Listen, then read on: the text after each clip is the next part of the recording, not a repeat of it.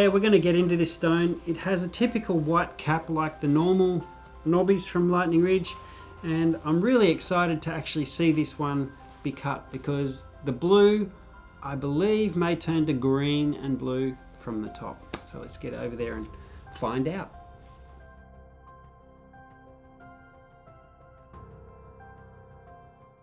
All right, well, check out this awesome stone.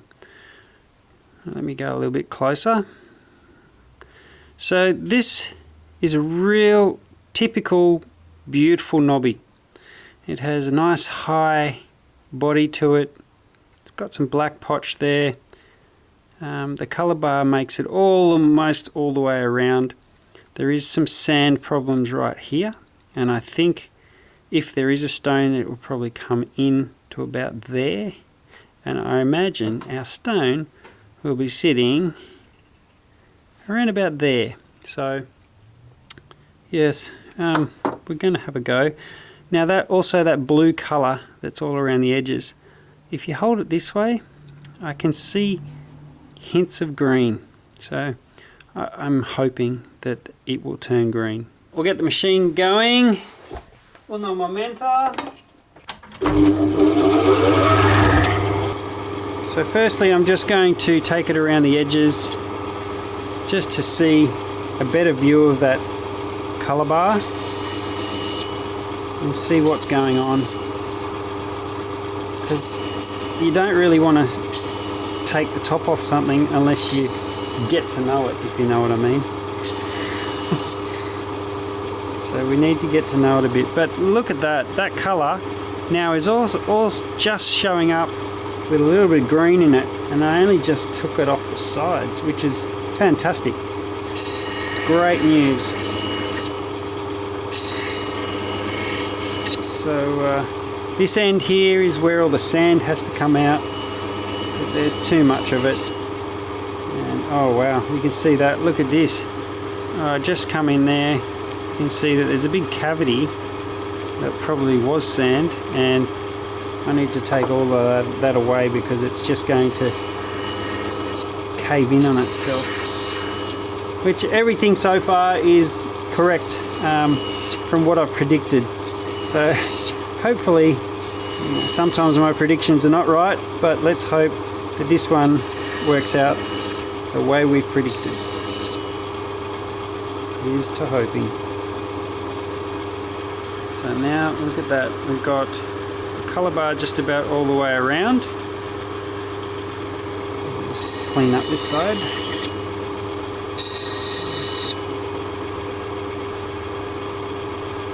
And hopefully you can see, if I hold it up this way, you can see there, look, that's green. So, and that's green. And is there green there? So it's lacking a bit of green there. So what's happened is this sand has turned this colour a little bit different to the other end, I am thinking. So it might change up, and the stone might become shorter to make a nice, even, perfect gem. We will see.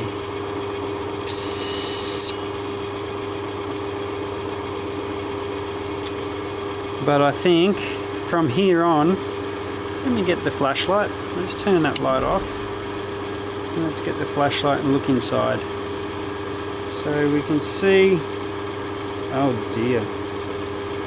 Wow, look at that big mountain of whatever that is inside there. Okay, so it looks really clean. You get around this way, looks really clean. Even if I darken that light a little bit so you can see better, looks really clean. And then you come around to this side, and then there's that mountain there of, I'm thinking, inclusions and potch, which, oh god, which is going to be tough. So we have to really be careful about not losing the colour on that side. Anyway, I think it's time. I think it is. I think it's time. I reckon it's time. I'm going in. Here we go.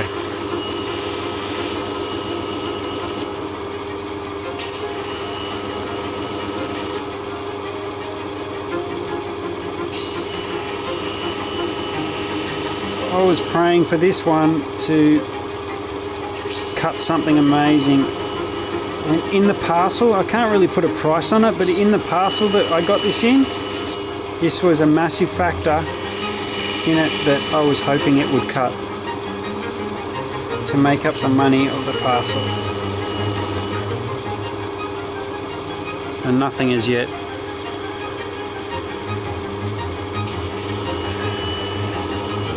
No matter how many times I do this, it still gets my heart pumping.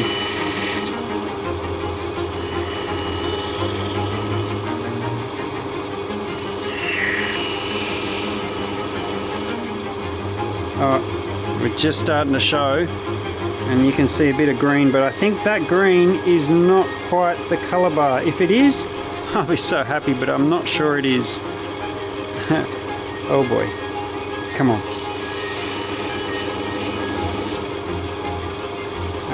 And now we show up this side. You can see the colour bar there compared to there. It's very blue. So that big lump that's inside here has made that colour change. Come on.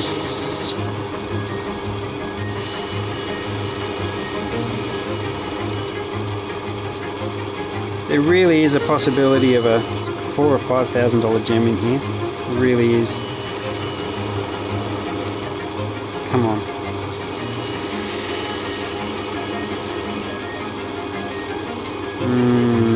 You can see that green, but I think that green is infused into the potch because we're not down to the colour bar quite yet.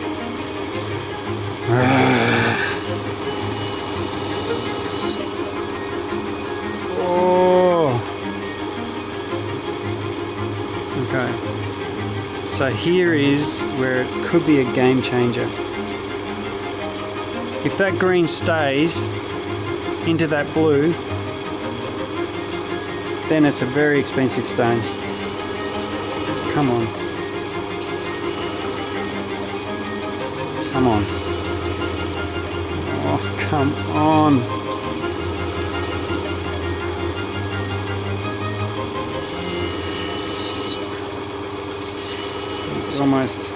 Almost through. You can see there is green there in the potch, but there's still potch left, and we're running out of colour bar. Oh.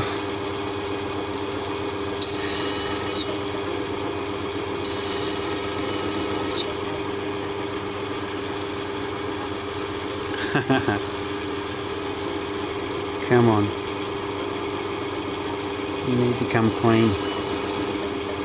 Needs to come clean. Come on. Can you see a little bit of red showing up there? There's a little bit of red.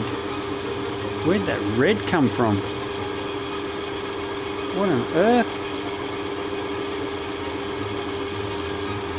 Huh. Well, still nice colour and pattern. I'm seeing an inclusion there. Inclusion's there, still needs to come in. And a lot of that back needs to come away, so I'm going to just take it back a little bit on the other wheel. Just take some of that straight off because that needs to go.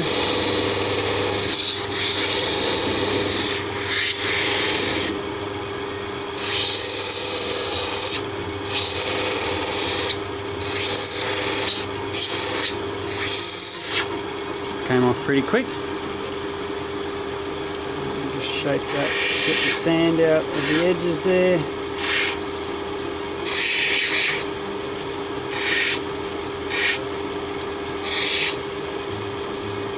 Alright, let's leave that rough up wheel alone. We don't want to touch that anymore, because we're coming down to the finer end.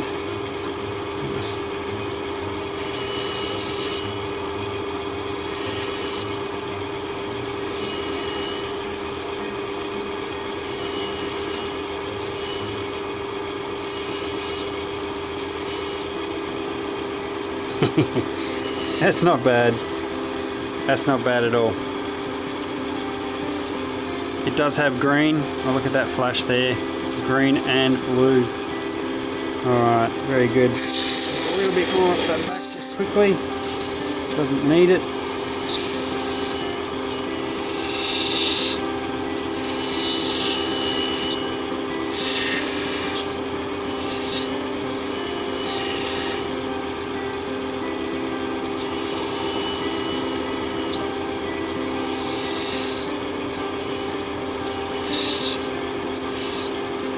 And roll that dome ever so slightly without losing the colour.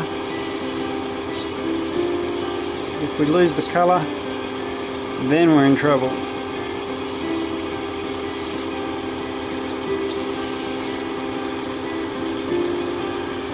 Alright, let's go have a close look. Alright. Well, it's a little bit bigger than I thought it would be. But the colour's not quite as bright as I thought it would be, but still bloody nice stone. So I'm just going to weigh it, just to give us a little bit of a heads up. So it's 8.27 carats right now, and I'm thinking with a rolled dome and a rolled back, around about the 6. So we're going to lose another 2 carats, 6 carats. It's kind of getting there actually to the weight that the size I thought. So not bad. Anyway, I think it's time to cut it.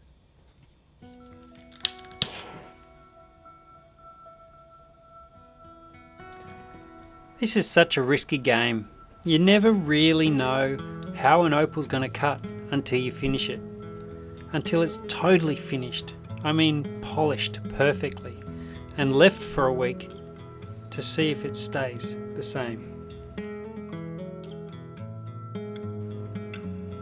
When I was younger, I used to watch my father lie on a veranda in Lightning Ridge and go through the opal he's bought.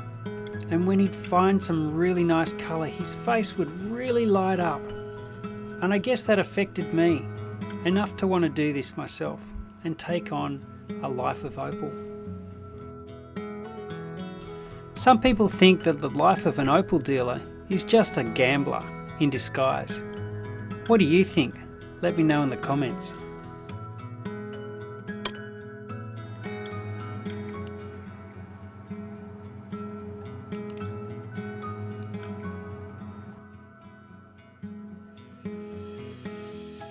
Alright, so we finished this beautiful stone. It's turned out quite nice.